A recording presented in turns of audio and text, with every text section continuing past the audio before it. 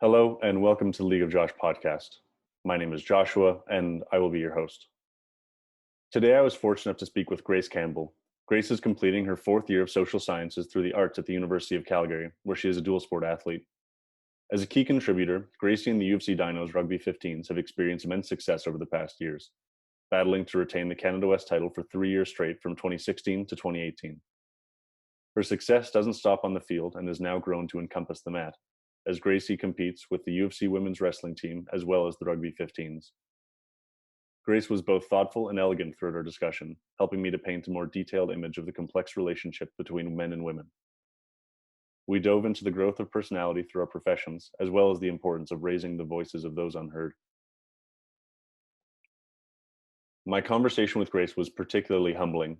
I entered our chat rather anxious, expecting for it to be a somewhat hostile debate, as I believed Grace was far away from me, on the other side of the aisle. What I came to find throughout our conversation, and even more so after the camera stopped rolling, was that we are far more similar than we are different, as I believe to be true for all people. We are, in essence, painfully human in our contradictions and fallibility, ever unable to truly understand ourselves and those around us. Through one's willingness to communicate, we may find common ground to stand upon with those we once viewed as strangers, outsiders from different tribes speaking foreign languages, unable to reason. The willingness to hear and compromise with those we disagree with is not only imperative to the success of our interpersonal relationships and community, but it is essential to the perpetuity and further betterment of our community and culture. Through dialogue, we may find that we can build relationships with others, which in turn will build us as individuals. If we allow ourselves to understand others and appreciate the views and values that we do not hold personally, we may find an ability to expand our understanding of the infinitely complex timeline we find ourselves in, and dare I say, make a friend. Okay, we're on. We're doing the thing. Cool. Do you prefer to be referred to as Grace or Gracie? Either one, they're both my name, so I Okay, don't even notice the difference in my head when people use one or the other, so it's up to you. okay, sounds good. Thanks. Thanks for the freedom. Okay, let's start off with talking about the treatment of female athletes at U of C and kind of how your experience was with that and the potential negative feedback that you got from ousting a bunch of things that were going on behind the scenes. Yeah. Well, it's pretty, there's a bunch of different levels, in terms of the support we get with doctors and getting treated for injuries and stuff. It's awesome, no different than the way that men get treated. University of Calgary has one of the best sport medicine centers for their athletes, and I feel very lucky to have the support from that. Um, and I can't really speak for other teams for the female sports, but there's definitely a difference with the way that the rugby team is treated, because we have to pay to play, first of all. So, there's a pretty big team fee right at the beginning of the season. There's not a whole lot of financial support from the university right off the bat. And our, like, I don't know, brother sport is football, and they're just loaded with support, because they've got a huge alumni fund on top of what the university provides them with. So it's kind of frustrating seeing how much support financially they get, and they're kind of the stars of the university, and I mean rightfully so. They're a phenomenal team.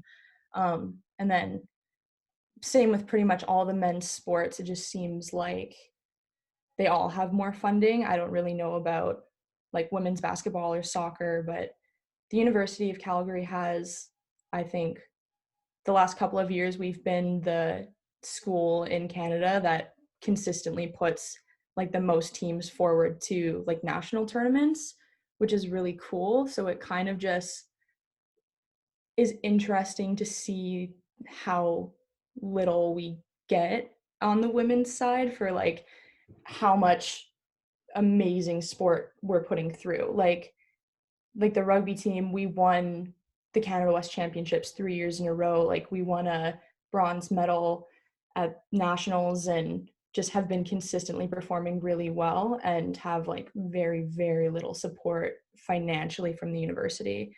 like we don't have a field to really play games on. We've got a kind of like crappy little makeshift field that like we don't have change rooms, we don't have dressing rooms or anything. We have to share the public dressing room, and so does wrestling and swimming.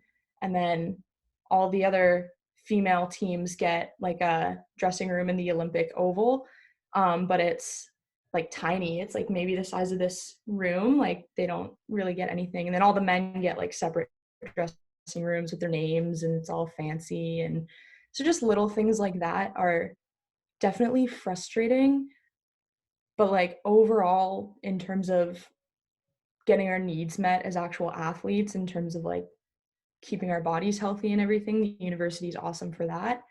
Um, yeah, it's a little bit hard to say for other teams, but the Dinos women's rugby team is not the best for sure in terms of getting support. Like our coaches are volunteers as well. Like they have the like option to get paid, but they actively choose to not, so that we don't have to pay more of a team fee, which is just like super selfless. Like we have a great atmosphere around our team other than the lack of financial support. How do you think would be a way to deal with the lack of financial support? As you've alluded to, the men's football team has a very large alumni base, Mm-hmm. and I'm not sure how you could reconcile that with a team which potentially doesn't have a large alumni base. Yeah, totally. That 100% is like the biggest part of why football has as much funding as they do. And unfortunately, our rugby team is only, I think this year would have been our 13 years of actually being a like varsity team. Um, so in terms of us getting like more financial support, I don't think that there are many options just because we haven't been around as long as the other teams at UFC. But, you know, just in terms of getting like better kit and everything every year, like we've been wearing the same kit for the past 5 years, and like other teams get new kit every single year, and no other teams have to pay thousands of dollars just to play, just to be able to like practice and be able to wear kit when we practice, right? So, and we have to do a lot of our own fundraising and everything. So I think if the university itself would just get a little bit more involved with our fundraising and stuff like that, it would make a huge difference, because everything that we do is pretty like independent. Like we organize it and pretty much like scrape the barrel to survive. Mhm. And yeah, like if our coaches were to offer like or receive the money that the university offers them to coach us, like our team would pretty much inevitably shut down, just because that would take even more of the little bit of money that they put into our program away, which really sucks, but it is what it is. Yeah. It seems like more and more post-secondary institutions are pulling their funding from sporting teams. Yeah. For example, down here, the Stanford's men volleyball program got axed last year, and Mhm. it seems to be more and more programs are getting their funding cut, and they're being scaled back and scaled back. And I'm not sure with the rate things are going if there will be a post-secondary athletic team in the Yeah. future. That's a totally valid assumption to make, because even, you know, I think 2 years ago, like the UBC women's hockey had like almost got axed, or did. I don't know. Lots of teams are getting axed. Like wrestling all over the country is getting cut, and just like sucks. Like I think we had 20 plus athletes come from other universities to join the UFC wrestling team, because athletes were in like getting ready for their 5th year and then being told that there's nothing for them, and they had to transfer their entire program like to a different university. Like it's pretty crazy. uh, We'll see how that goes. We'll see if it that. is what it is. It's hard Yeah. to, like it's hard to be able to try and formulate any kind of like plan to get more financial support when, like exactly what you said, it seems like so much like post-secondary sport is just kind of disappearing. So we kind of have to just take what we get and say, Yeah, thank you. Thank you for giving us the bare minimum because we just want to play, right? Hmm. Well, yeah, that's the thing with lots of teams is that kids are coming out of high school, and for me personally, it gave me a route to university that without which I likely wouldn't have ended up going to post-secondary school. So I'm Yeah. incredibly thankful for the volleyball that afforded me the opportunity to go to school. Hmm. Yeah, totally valid. Probably same with me. I don't even know what I'm in my fourth year and I'm not even in a program. Like I'm just, taking classes, enjoying learning and just trying to play the sport that I love. So Hmm. definitely an interesting situation. What classes do you hover around? I'm kind of sticking with arts and then like social sciences. Hmm. Um, I really like dealing with people, so I just don't know what exactly I want to do in terms of a career. But yeah, I'll figure it out eventually, Yeah, you'll hopefully. get there. Social sciences are fun. Yeah, totally. I just need to like manage to stay out of debt. Always a tricky situation, especially with the post-secondary life Yeah, for sure. and playing This year, rugby as well. That's a yeah, huge time sink.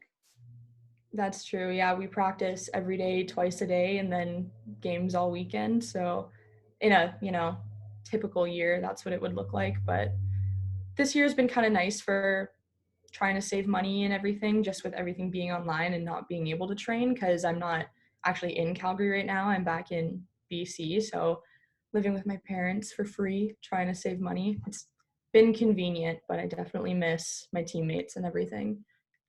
Yeah, there's a really big, especially because I'm in Southern American right now, Hmm. and so they're not Southern American. I'm in the south of the United States of America, Hmm. not South America. And there's been a very large push to get back to socializing. Texas recently, as in last month, I think they took away all of their mask mandates, and in Arizona now, I think that you're not allowed to push people into wearing masks in your stores. Uh, Yeah. it's still quite common practice though. So Well, every that's good at least. And I yeah, mean, the US is getting vaccines way faster than we are here. So at least there's that, yeah, unfortunately. Europe really flexed on Canada with the vaccines. That was I was up there during that time, and I was very surprised to hear that news, but also wasn't super surprised by the Europe first mentality. Yeah. I don't fault them for that at all. No, definitely wish there was a little bit more urgency over here, but it is what it is. Yeah, Only so much we can do, yeah, I right? was going to say there's just not a lot that Canada can do really if Europe is the main distributor and provider, and they pulled all of their production back into Europe and then said you can't export until we have a certain amount.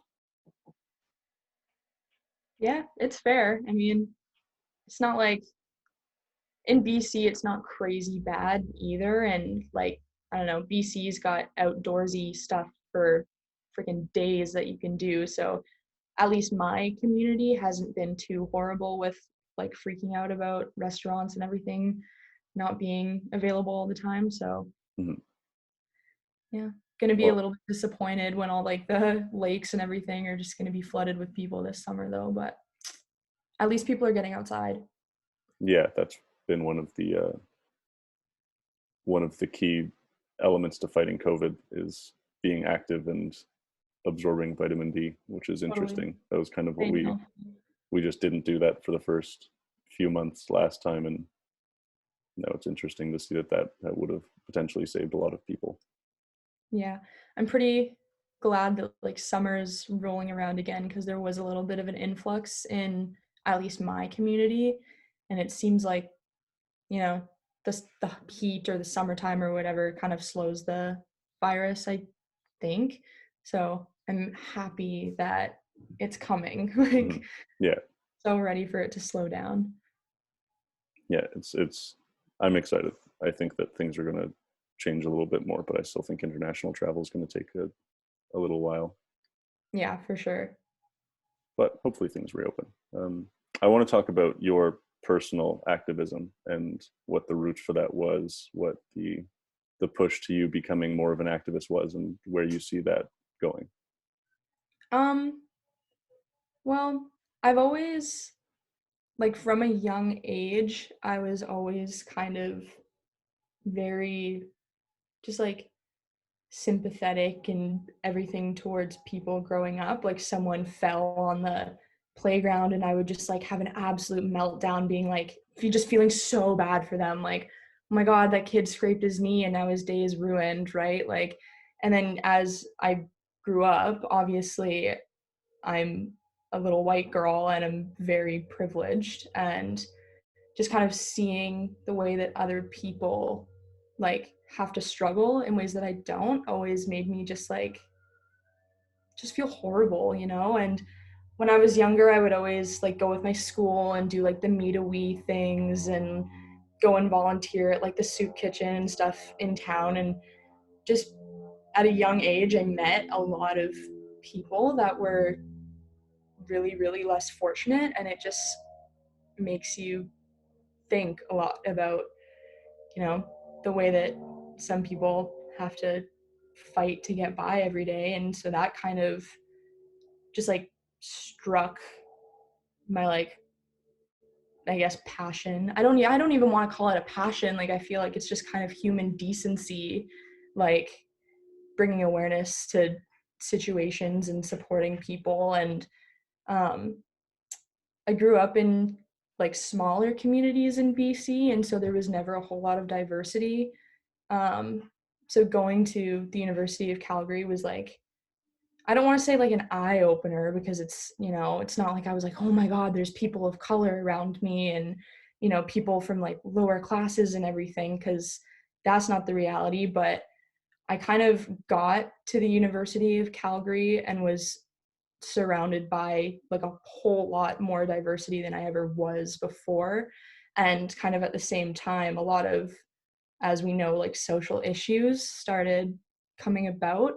Um, so I don't really have a like 100% like hard line of like when I started kind of being very vocal about political and like social problems, but just being around a lot of like-minded people and seeing the things that they have to deal with that I've never ever had to experience and never will in my life just made me feel like I had to do my part to amplify the voices of the people around me that I love. So that's how I feel about it. That's what I'm doing, and that's what I'm going to keep doing. Like, I don't know if I have any like major goals for where I want to go, or if I, you know, want to kickstart any like big projects for anything, but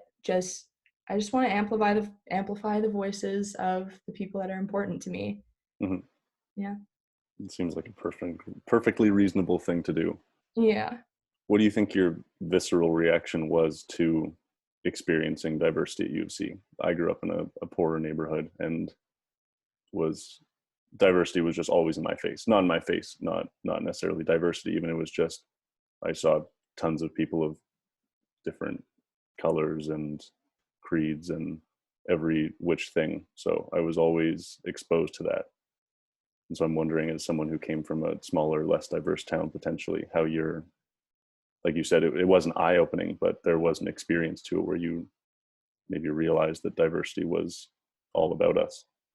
Yeah, it my reaction wasn't really like, I don't really know how to say, like, how to formulate what it made me feel like. It, you know, like I said, and like you just said, it wasn't like a huge shock or anything. Like I was just around people, but then just kind of realizing the things that people had to go through and kind of like associating, you know, what their, like if they were upper class or lower class, or like what their skin color was and everything, to the kind of problems that they would like talk about in their everyday lives. It was just kind of like, okay, that's, you know, I never thought about that. That's not something that I would ever have to deal with. And so not being like around like a huge international population or anything was like, oh my God, this is so shocking and eye-opening. But it was kind of just hearing like the experiences of all these people. And it was just like, whoa, like, because you talk to 10 people that are all, international students, and you're just like, I really didn't realize that, all this stuff was so different, or people that like immigrated to Canada and everything. You just had just totally over my head, like didn't even stop to think about the things that could be going on in their lives. So there's never really like a skin color thing or like a social like class system thing. It was just kind of like the collective like differences of everybody that was just like, wow.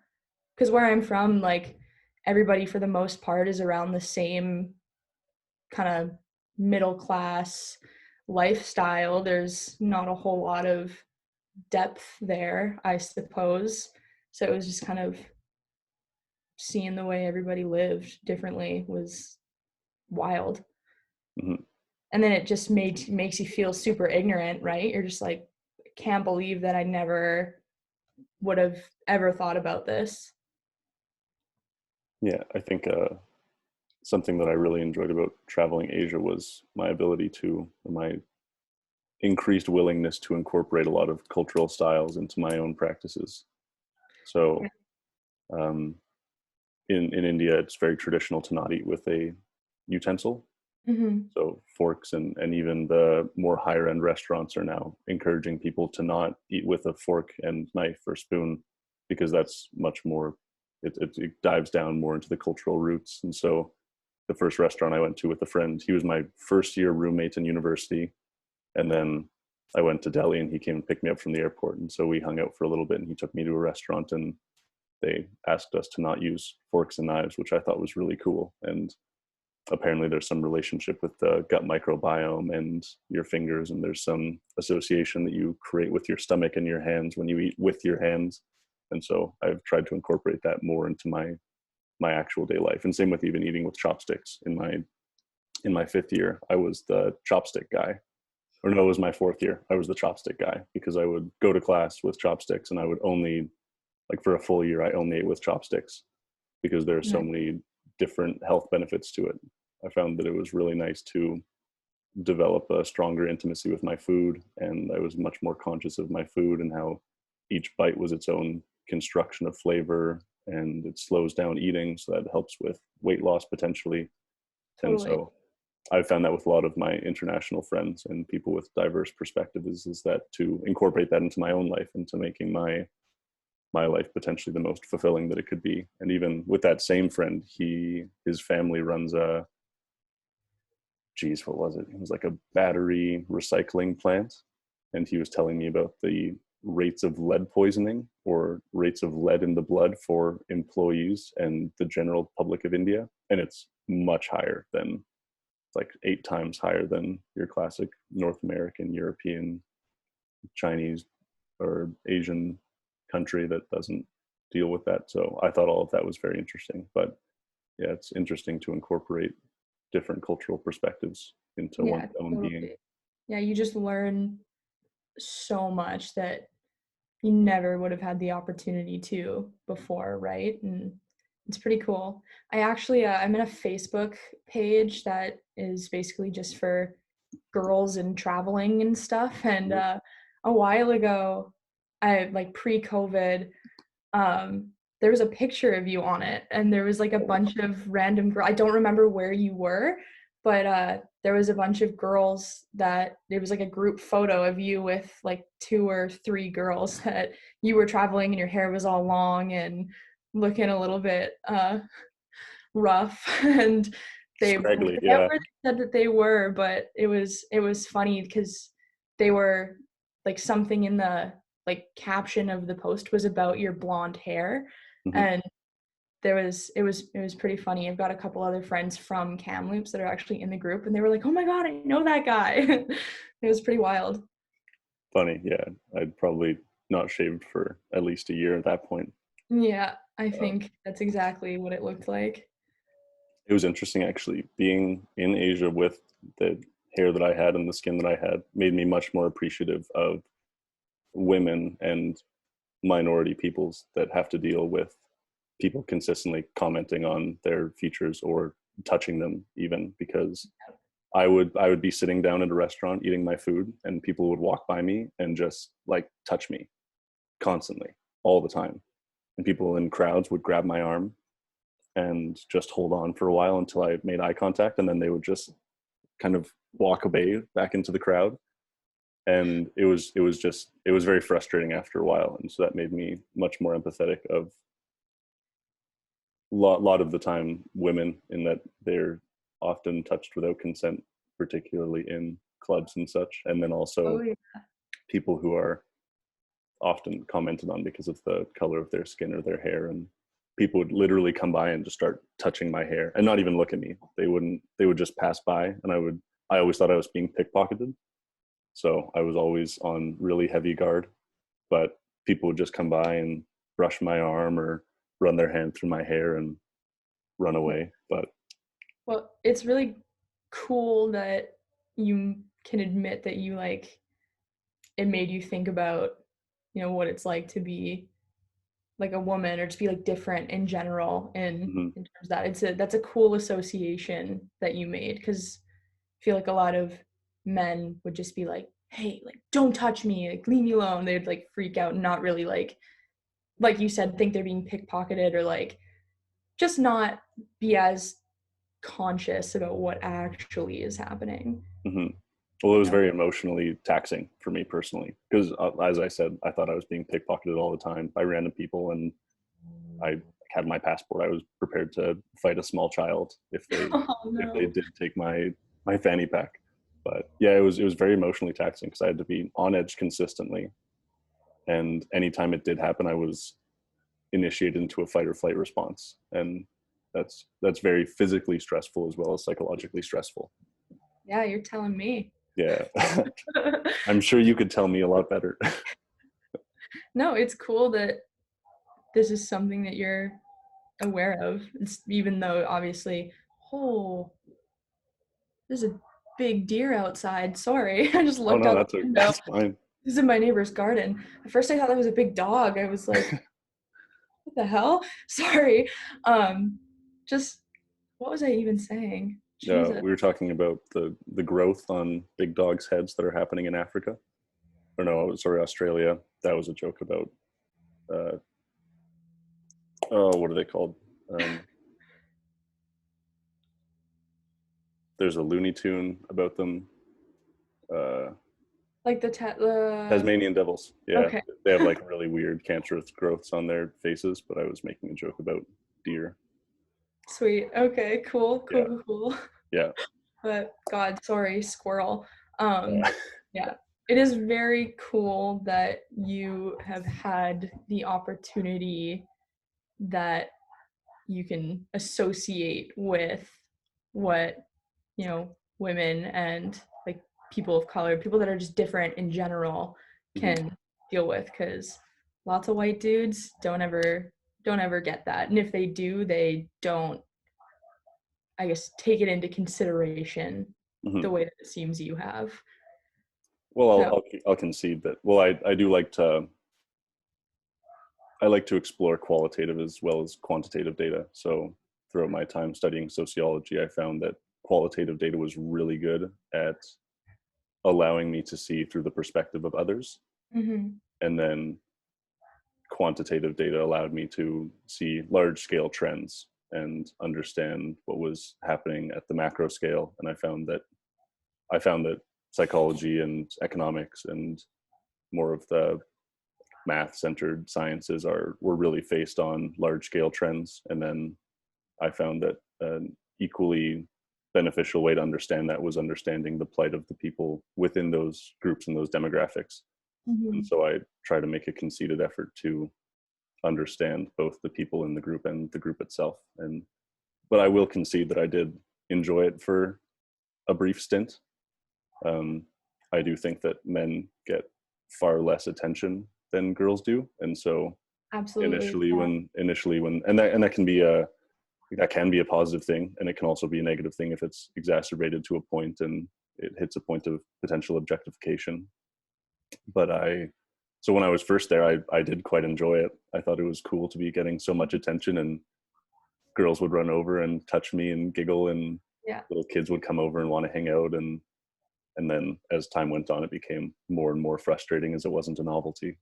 Yeah, I think that that's actually a really good point that you brought up because I feel like a lot of issues that, come from like catcalling and, women being touched unwantedly and stuff like that in public is kind of from men who have never gotten that kind of attention before. So, like, I've definitely I read a lot of studies. I don't know which one exactly I'm referring to right now. I can find it and link it to you, but I did hear someone speaking once about how a lot of men who don't receive compliments all the time throughout their life, the way that, women typically do, have a harder time associating what like an appropriate compliment is to give someone, like saying like, hey, you're hot or something, like yelling that on the street to someone. Like for a woman, it's just kind of like, oh, like go away, like don't talk to me. But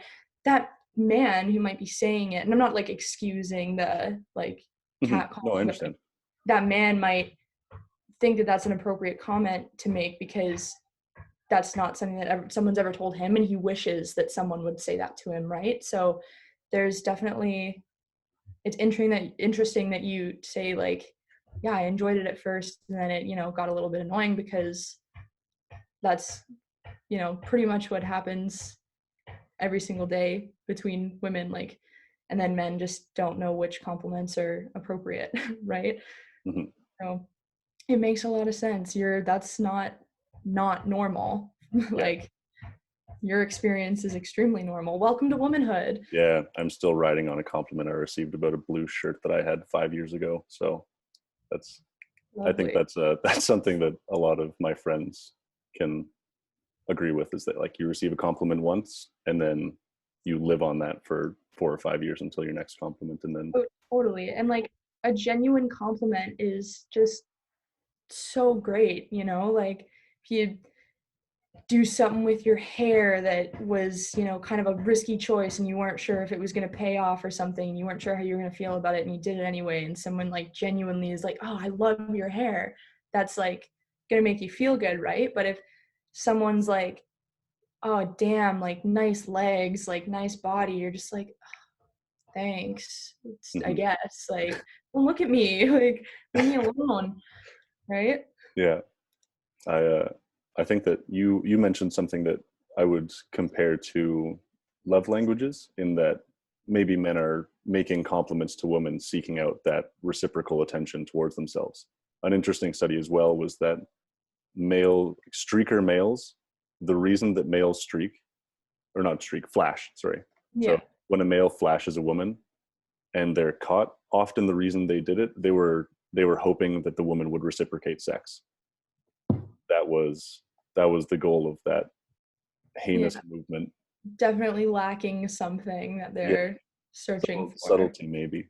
Um, but I think that in terms of love languages, people, something that I've been attempting to do more recently is to understand the way that people want to be loved by observing the way that they love me and other people in the vicinity. So, for example, I'll have a friend that will consistently get people gifts, and maybe Mhm. that's the way that they express love to other people. And maybe that's also a unconscious plea for, please get me gifts of the things Yeah, I tell you that I really want. And so maybe there's some psychological connection there, where the thing that we project outwards most is also something that we crave most to be reciprocated towards us. yeah. I feel like that is probably a very healthy assumption to make. That could definitely be a connection for sure. And Yeah. I would be interested to see someone expand on that because I definitely, there's so many factors that go into every single situation, and it is definitely like a psychological but also societal thing. So it would be very neat to see someone expand on that point of view. That could be someone's graduate project. It could. Maybe I'll keep that in my pocket if I ever actually graduate. I hope you do. I hope that you can test that, and I would definitely read the results. Kind of on this string, you could say.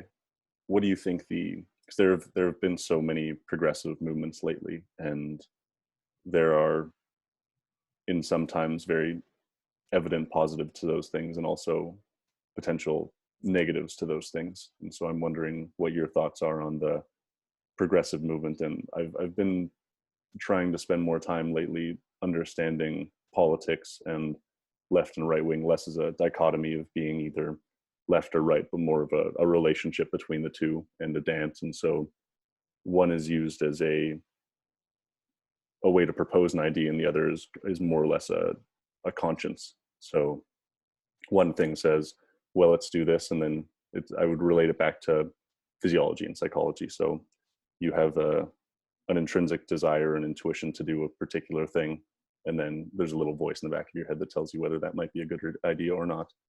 And so I think that on the larger scale of that, that's the way that politics operate. Is we test things, and then if they don't go well, then we roll them back. And I think that as social media has increased in its capacity to educate as many people as it touches, which is essentially everyone, that policy seems to roll forward more quickly than the science can catch up.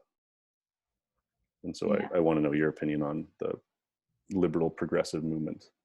Um, I think, if we're focusing on kind of like the United States and the current events that have been ongoing there in terms of like the Black Lives Matter movement and everything, I feel like it's not really my place to have like a huge opinion about it. Just because like I said earlier, pretty much all of my activism and everything is just trying to like amplify the voices of people that I care about that are like actually dealing with those exact issues. And it's it's hard to say as like an outsider who will never truly understand. Like I can do all like tons of research. I can like try and get as involved as I possibly can, but one, I'm not there like right like watching it happen, and two, it's not something that directly affects me, which is like makes me feel like it's super hard for me to be able to even draw up any conclusion on it. And I don't really think that the world needs another little white woman having like a huge opinion on these issues. I think that there's a time for me and people like me to have an opinion on things, and then there's a time for us to just like step back and just try and help if we are not necessarily asked to, but just like there's an appropriate time for us to be able to get involved, right? Um, so if we're gonna use like the current like political situation in the US, I don't really have any big opinions other than the fact that there's a lot of systemic problems in that country and in Canada and in every other country in the world, but the US especially just needs to change. I don't know how to like make that happen. I don't know like where I would involve myself in terms of like politics and making that happen. It's just like very obvious that it needs to happen. Mm-hmm. So that's all I really have to say Yeah. about it. Like, Mm-hmm. I understand. I understand. There's absolutely a reluctance to comment on things that don't seem to impact you directly, and well, not even that they don't impact me directly. I just feel like I feel like so many times in like conversations, white people have a tendency to just like speak over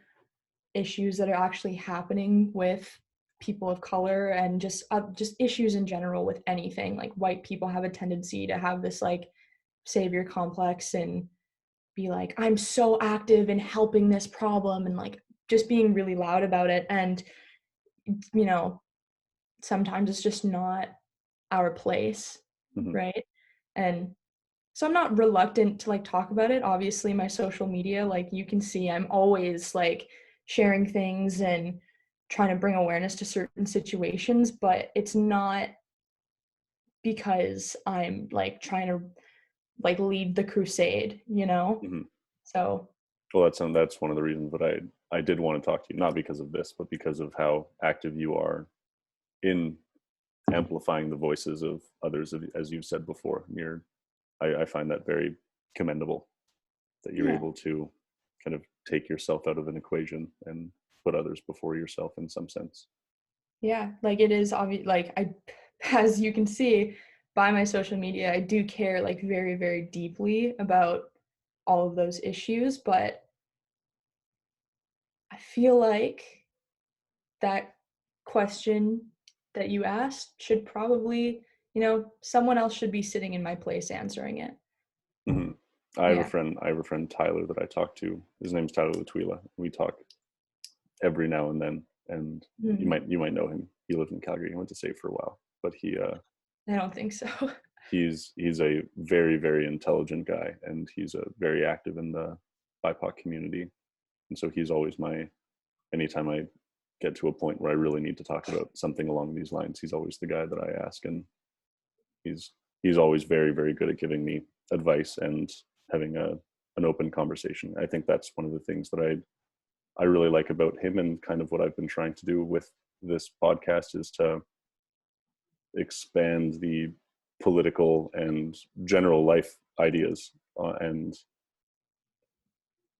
allow for a platform where people can talk about different things that have helped them in their lives and different political issues, and trying to bring people in from both the left and the right, and to just be a more intermediate moderator who just likes to ask questions.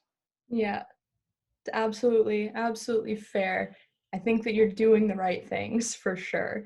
But yeah, I just think there's a lot of white women with savior complexes who want to, you know, just be so out there about trying to help things, and they have friends of every race and they don't see color and they want to make everything better, and it's just so pretentious and unnecessary. It's unneeded. It doesn't actually help anything when you have a bunch of white people and people who don't understand situations like interjecting themselves into it. So, um, yeah, I just Yeah, try to I just try to make it louder for all the people I love in my life that are like right there in those problems, you know? you like a speaker attached to a microphone. Yeah, I guess you could say that. How do you think that your, maybe not political activism, but how has it impacted your life in a potentially positive way, through friends, through U of C, through all of those things? Yeah, well, I've definitely learned a lot, and it's given me a lot of opportunities to connect with people and learn from people about things that I would have no idea about, right? So, kind of like you with traveling, it's just totally expanded my like scope on the world and even my own communities and everything. So, I think that it's affected me in a positive way just by like making me like forcing me to like have to take off that blindfold and like acknowledge the struggles of other people, and like be comfortable with, I guess, having to just talk about it and deal with it, because I feel like a lot of people, white people especially, want to be like, well, I'm not racist, I don't say the N-word, or I don't do this and I don't do that. And, you know, doing, that's great that you don't say the N-word or anything like that, but people still have so many microaggressions that they're not aware of. And so definitely I've had to like realize the things that I've done my entire life growing up that I never noticed was a microaggression that could be harmful to someone, right? So definitely a lot of self-reflection and like reflection on my community and just the way my very like non-diverse community growing up kind of like shaped the person that I was before getting like really deep into like exploring the issues of, people of color and people of lower income and stuff like that. So definitely growing as a person a lot. Did you personally find any, um, maybe not backlash, but did you find it psychologically difficult to change your perspective on a lot of these things? Absolutely. Well, for some things, no. For some things, it's just like, oh, duh, like I should like never be doing that. Like that makes sense. Like I can't believe I did that. But it's really hard for a lot of people, for everyone in general, to be able to like look in the mirror and kind of pick apart the things that they're doing wrong and be honest with themselves about where they need to change. So nothing was super hard for me in terms of being like, okay, I need to change that. But it was interesting and seeing and like recognizing things in myself that needed to change, right? Like once I recognized them, it was like, okay, I need to make a conscious effort to not do that. I need to just like unlearn that, wipe it from my like hard drive. But yeah, for a lot of people, they just can't like be honest with themselves about things that might not be okay that they should unlearn. So Hmm. Yeah, yeah, I find that's something very difficult that people often face, is the necessity to look into ourselves for the things that we don't like about ourselves. totally. And not even things that we might like, you might love yourself and think you're an amazing person, right? And you're just the best, but then you'll, get faced with something that you never realized was harmful to yourself or other people. And then it's kind of like, whoa, hey, I gotta fix that now. Yeah, it's like dealing with baggage, but Yeah, the baggage that you don't know that you have. totally. And, growing up in like a community like mine where there wasn't a whole lot of diversity, you definitely learn things. It's kind of like with traveling, people seeing you and being fascinated by you and stuff, right? Like I feel like the communities that I grew up in, being smaller and being mostly like European and super white, like having anyone different come in, people would be like not necessarily like super obnoxious about, noticing how different other people were, but just, staring at people too long just because they don't look like you and stuff like that. Or like I've seen people at like I work at a grocery store currently, and I've seen people with, their braids and everything, and having people be like, oh my God, your hair is so pretty, like, and just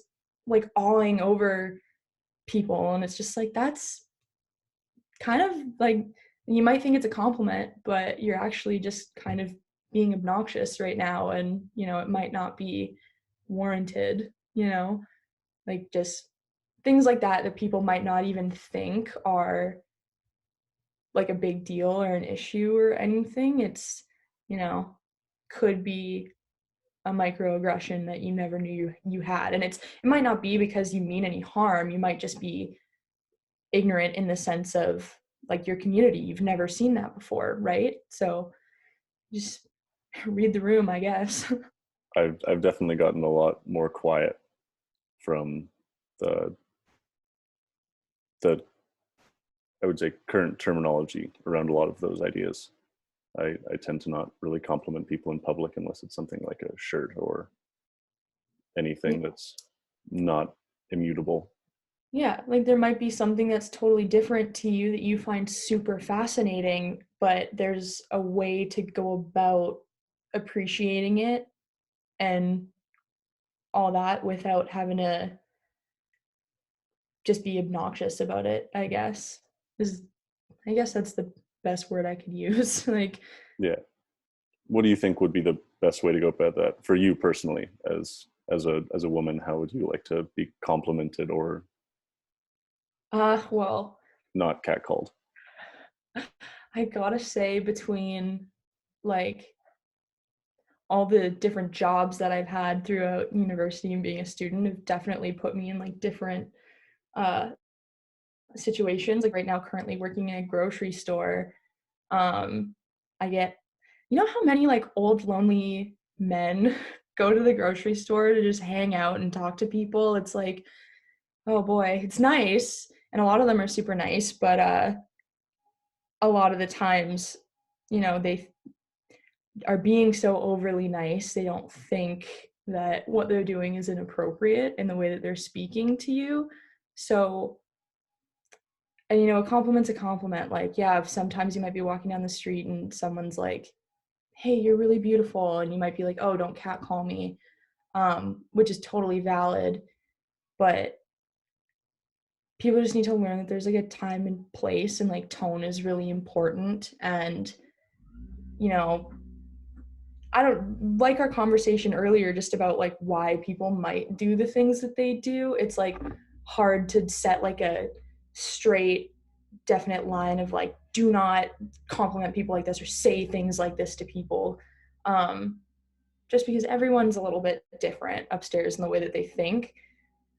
But just don't talk about people's like looks or anything outwardly when you like haven't even had a conversation with them or know them. Like, unless, yeah, like it's a shirt, like you see someone walking down the street and they've got a really cool purse or something, like, tell me my purse is nice, I probably spent a bunch of money on it and like want you to look at it, right? Or like I've got quite a few tattoos and everything. Like, if you think I'm hot, just say like nice tattoos or like nice outfit or something like that. Like, you don't need to be like, damn baby, like you look so good, right? Like, it's weird. And there's just a respectful way to do things, right? Like, walking down the street it's not a strip club. Like, don't treat me like I'm a piece of meat. Like, I'm a person with a brain that, maybe would entertain a conversation with you, maybe if you were genuinely nice and not trying to just be a creep. Like, yeah. I don't know. There's not a like definite way to get complimented, but there's a way to make people feel actually appreciated and like comfortable. So, yeah, I Yeah, don't know. I don't know. I definitely agree with that. I That's actually kind of the tactics that I use. I actually down here I really try to anywhere that I am I try to create community, and I find that really important. Mhm. So anytime I walk around the lake by the house, I will compliment people on their animals, or Yeah, I like walk around with I have two little old Dachshunds that I have in a little baby stroller, and cute. that's normally a pretty good conversation starter. But yeah, I'll tend to compliment people on their tattoos or their animals, or more or less their immutable characteristics. Yeah, like if you like the way that someone looks, like find what specifically you like about it. If it's not like instantly sexual, like if someone's got a nice butt or something and that's the only thing you can focus on, don't say anything, just don't. But if you find someone to be attractive and maybe they have a really nice smile and that's what's attracting you to them, or they're just very confident and their just energy is like draws you in and everything, then say, hey, you have a really nice smile, or like, your hair looks great today. Like, just things like that that are genuine and just go a little bit deeper than surface level, Like, the other day I was actually downtown and I was walking out of a store and a guy walking down the sidewalk said, and I quote, "Nice hair, you effing biatch. And I was just like, thank you, but I was so shocked. I was like, okay, like, and he just kept walking, and I was like, well, I do think my hair is nice, but that was just so, like, not the way you give a compliment, you know? Like, you could have said, hey, It's like nice an hair. anti-compliment. Yeah, like, I haven't even said anything. Like, I literally just took a step out of a store and you're, swearing at me. I was like, oh, sweet, thank you. And I was thinking that my hair looked very nice that day. So I was like, does he not like it? Or like, what's happening? So many mixed signals. Yeah, like, how do I take that? But going from like being a woman and having to deal with like unwanted compliments and touching and stuff like that, going from like working in a nightclub and seeing people like outwardly and aggressively, you know, trying to get with people and stuff like that, it's a lot different than seeing the way that like people behave in a grocery store when they know that they need to not be inappropriate, but they still try to be inappropriate. And it's like, because obviously I was a bouncer, so when people would come up and talk to me, I could literally just like turn the other way and not have to acknowledge them and be like, I'm gonna kick you out if you don't leave me alone, like just go away. And then working like customer service, I have to have my customer service smile and be like, what can I do for you, like customer first, right? Even when people are, and they might not be like touching you or like immediately commenting on your body or anything, but you can just tell when people are like being creepy, like walking down this, like I'll be stocking shelves or something, and a man will walk down the same aisle like 5 times in a row and just be like eyes like all over, parts of my body that aren't my eyes. And it's just like, I can see you, man. Like, that's no better than, grabbing someone's butt at a nightclub. Like, it's just, there's ways to appreciate people appropriately. Like, it's pretty wild. How do you think that being a bouncer at a nightclub impacted your personality? I find myself very agreeable, and so I think that most women tend to find themselves more agreeable than not. And so how did you come to, maybe you weren't agreeable, maybe you were hyper disagreeable, and that's why you decided to beat people like me up? Yeah, well, it's just fun, It happens all the time. You're just so easy to bully. It Yeah. happens. Yeah, I know. Um, Definitely when I first started, I tried to still be very like customer service oriented, just because that's kind of just the way that I am. I'm a very accommodating person, but then I quickly learned that intoxicated people suck, and being intoxicated can be fun, but holy crap, if you ever want to be like humbled and like just go be sober at a club and be like, oh my god, do I behave like that? Because people are just crazy. And when I started bouncing, it was during Calgary Stampede, actually a couple years back. And like I just wanted to work through Stampede. I wanted to make a bunch of money, and I had the certifications, so I was like, let's do this, let's see if they take me on. And they did. And I had to, I was one of the people and I worked every single day of Stampede, like the whole thing straight. So it was like from 12 o'clock in the afternoon to 4 a.m. just working and touching people and dealing with people.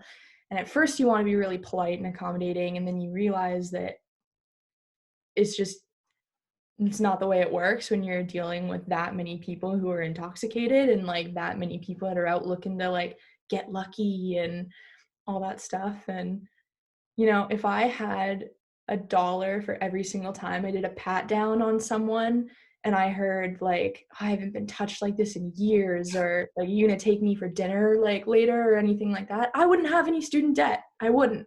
Like, it's just so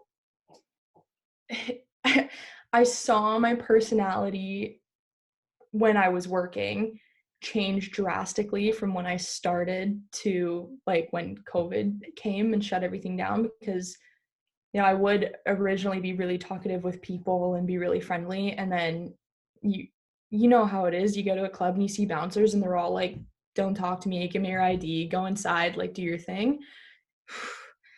It's real, and it's hard to not behave like that when you're in that workplace, because like people just suck. Like people are rude, they don't want to listen to you, and you're like, I'm just here to keep you safe, man. Like I don't want you to die. Like doing pat downs and finding drugs on people and stuff, they like freak out and they want it back and everything, and you just realistically, we don't get paid enough to deal with the people that we have to deal with. So my personality changed at work very quickly. Like you just straight up tell people to get lost, right? Like you don't have to, you're not there for the customer service. You're there to make sure people don't die. And people typically don't respect bouncers very much anyways. So I definitely turned into like a huge biatch when I was working. Totally. Have you had to fight anyone Yeah. during the job? Yes.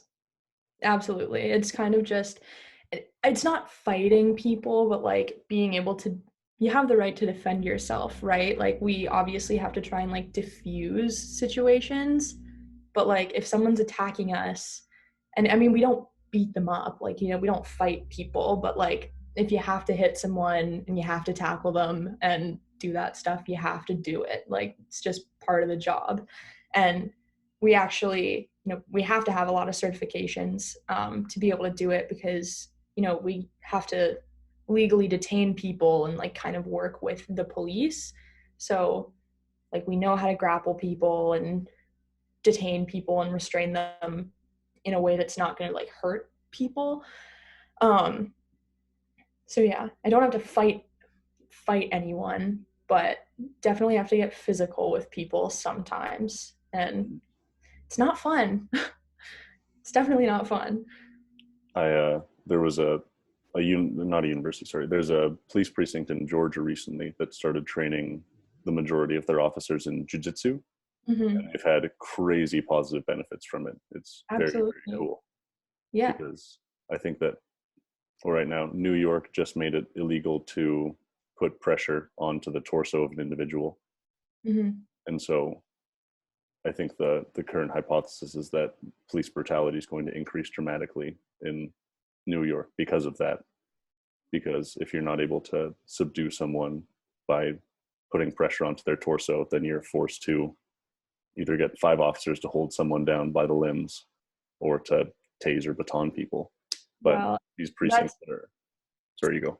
it's interesting that people are like worried about the police brutality going up, and it very well might happen, but uh just being a bouncer and like having to restrain people, there's like 100% ways that you can do it properly and safely without having to put pressure on someone's torso.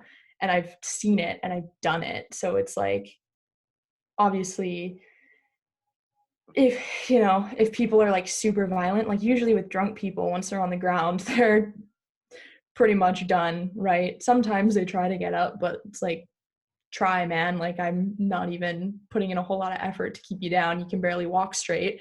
Mm-hmm. But there are ways to do it that you don't need 5 men to be kneeling on someone's like chest or back or anything. Like you can have one person just kind of on their backside and nowhere near this part of their body, right? Like, and as a bouncer and having to deal with like restraining people and everything, we have to be really careful because we technically don't have, like, we don't have any laws to protect us any more than like a regular citizen does. Like if we hurt someone, like we're gonna get sued, like we're gonna get in trouble, we're gonna get thrown in jail. It sucks, and it's a pretty big liability, and so that's why it's like super important for us to be able to restrain people properly without hurting them. And like it is 100% possible, it totally is. And I've never been in a situation where someone might have like a weapon that like a gun or anything. I mean, sometimes people come in and they have little shanks or whatever, but like usually we find those before they go in the club and we take them away because we do pat downs. But Mhm.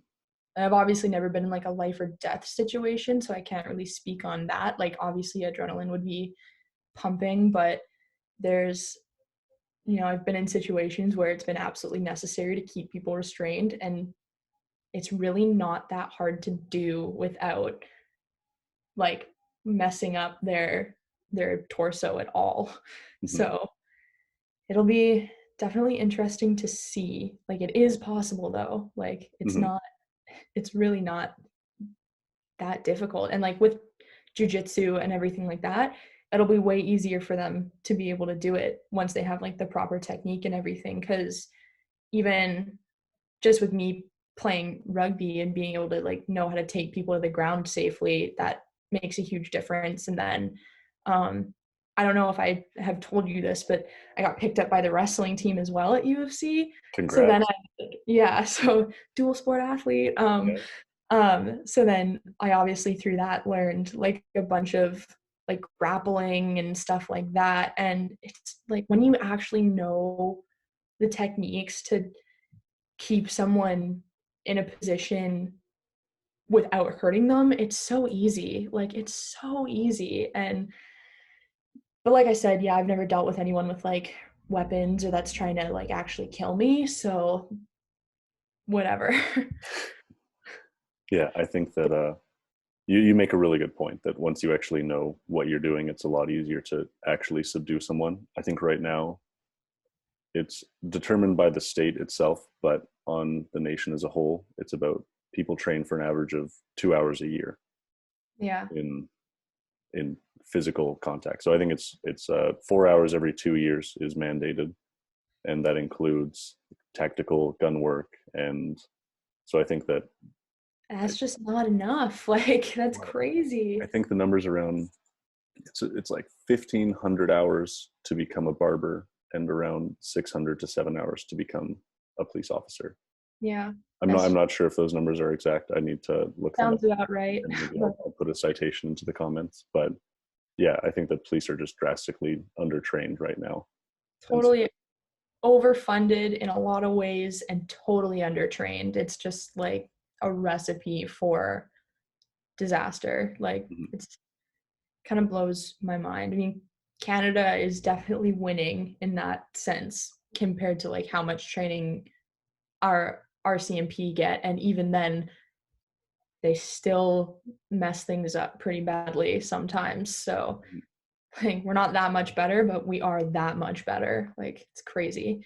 Yeah, I think a big part of it is the public eye is now on police. Anytime that there's a an altercation with a police officer, 8 cameras are pulled out immediately. And so the police are now having to retroactively catch up on things that they haven't been training or been preparing for a number of years, because Yeah. there's no dispute that police brutality has been rampant in lots of places in order to keep the peace in air quotes.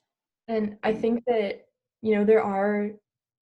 there's always people arguing on the side of like, well, that's a super like stressful situation for the cop. Like they don't know if they're gonna get injured and like blah blah blah. And it's like that's the job they signed up for, first of all, and they should absolutely have like the training necessary to keep themselves feeling calm and like able to control a situation. And then people will be like, well, how could a officer feel safe and be able to focus on doing their job when there's a crowd and when there's cameras and blah blah blah. And you always see videos on Facebook of people getting pulled over and immediately filming, and cops being like, hey, put that away, or they're like, oh, I'm filming, and stuff like that. And mhm, realistically, like we've had camera phones for a really long time, and we've never always been filming cops. Like people kind of started realizing that they have to film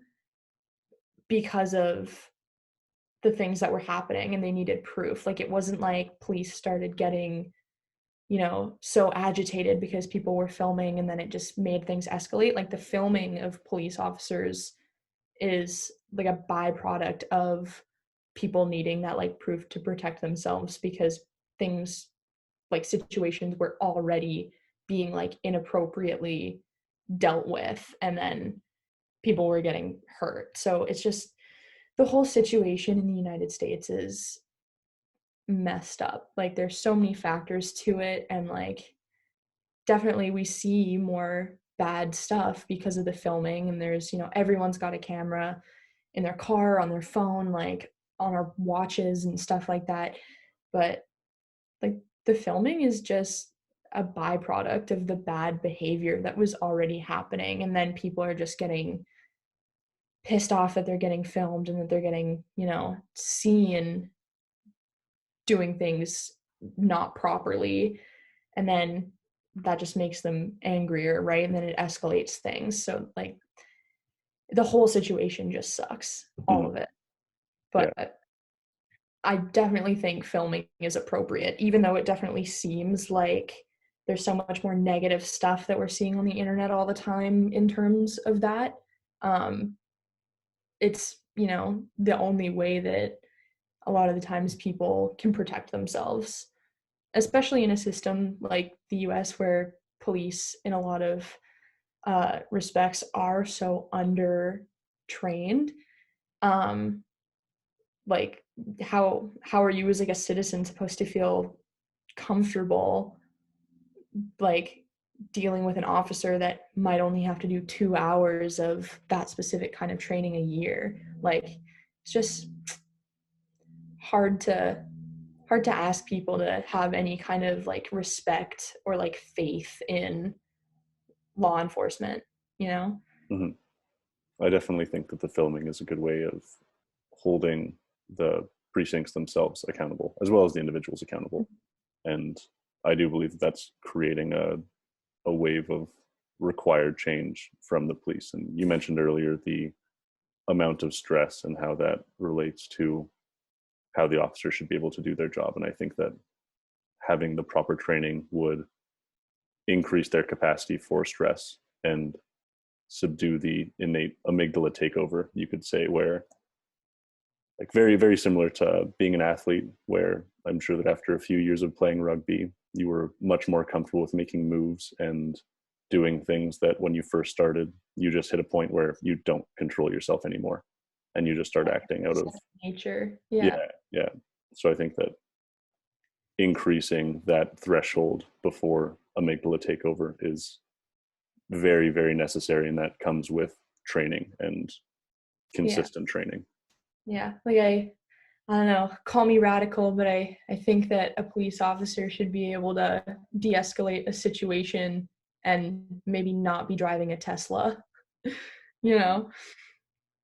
Yeah, I think that, well, I think that's something that did something very good that came out of this was the, like, police officers shouldn't be called to mental health checkups. Oh yeah, There should absolutely. be psychologists and like physicians that are trained and that go and check up on these people. There are definitely better ways that the police can be using their time than doing things that they're, number one, not trained to do. Yeah. Well, exactly. That's like in Kelowna last year, probably. Yeah, last like 2020 at some point at UBCO in Kelowna, there was a girl who I believe it was her boyfriend called 911 because he wanted someone to do a wellness check on her, and she lived in like just the residences on campus, and basically there's a female police officer that went to go do this wellness check, and Kelowna actually has like a I don't want to call it like a task force, but they have a group of people that are like designated to do that, and I guess they just weren't available that day, so they sent a police officer, a female police officer, and there's a video basically of, and just like the security cameras from the building itself, so there's no video of what actually happened like in the girls um, little apartment, but this girl is like just in like a bra, and she's like face down on the ground, handcuffed. And this police officer dragged her across the floor all the way from her little apartment into the lobby of the building. And the girl, you can just see her, like, she's not moving, she's not trying to resist, and her arms were like behind her back.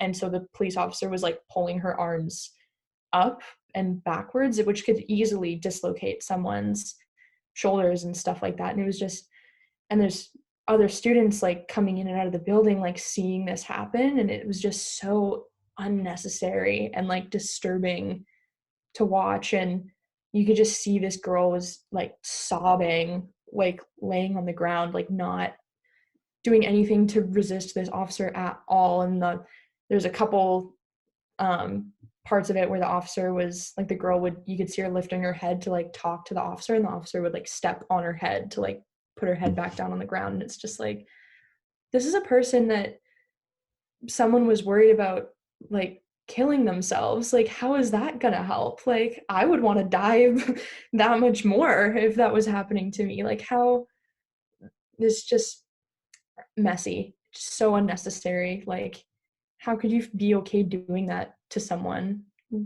Doesn't make sense. Yeah, I think there's far more responsibility put onto the police than they have the proper training and resources to actually deal with. Big time. So I hope that's a part of the police reform, is to, number one, give them proper training, and number two, take away the responsibilities that they're not trained to do. Absolutely. It's like pretty hard to deny that things need to change drastically. People who say that everything's fine and they need more money and more funding to do certain things, and they're fine the way it is. And if society would just cooperate with the police and the police wouldn't be doing all these just not great things, is just ignorance. Like, Yeah. I'll link the study in the comments for anyone that got to this point. But they actually found that it costed less to train their officers in jiu-jitsu through like a locally vetted school. So they were staying local, they were staying within the community, and they would go and they would train with the public. mm-hmm. They would just go twice a week, and they found that it actually ended up costing them less, because in the end, less officers were being injured during arrests. And then from there, they didn't have to file for workers' comp. So the police precinct actually ended up saving money on improving the training. Well, think about the legal fees that they could save too if they didn't suffocate people to death. Like, so there you go. There's ways to, sorry? No, sorry, you go. I was just going to say, there's ways to do things that are just, it's so easy, and people just want to push back just because they don't want to be accountable, I guess. Like, yeah. Yeah, I definitely think the route isn't to push back, but to find a logical, coherent answer that will allow for an improvement of the structure of the entire thing. Yeah. And like, you don't need to dismantle the whole system and rebuild it. Like, it doesn't need to be dramatic like that. There's small things that, you know, you can choose to actively try and do to better your situation every single day that end up making huge differences. mm-hmm. So yeah. Do you wanna stop there? Yeah, sure. Cool. It's up to you, man. This is your gig. Yeah, no, that was fun. I like that. I think that's a natural, good conclusion. Okay, I'll stop, and then we can talk for a few seconds after this. Sure. Okay, bye guys. Thanks.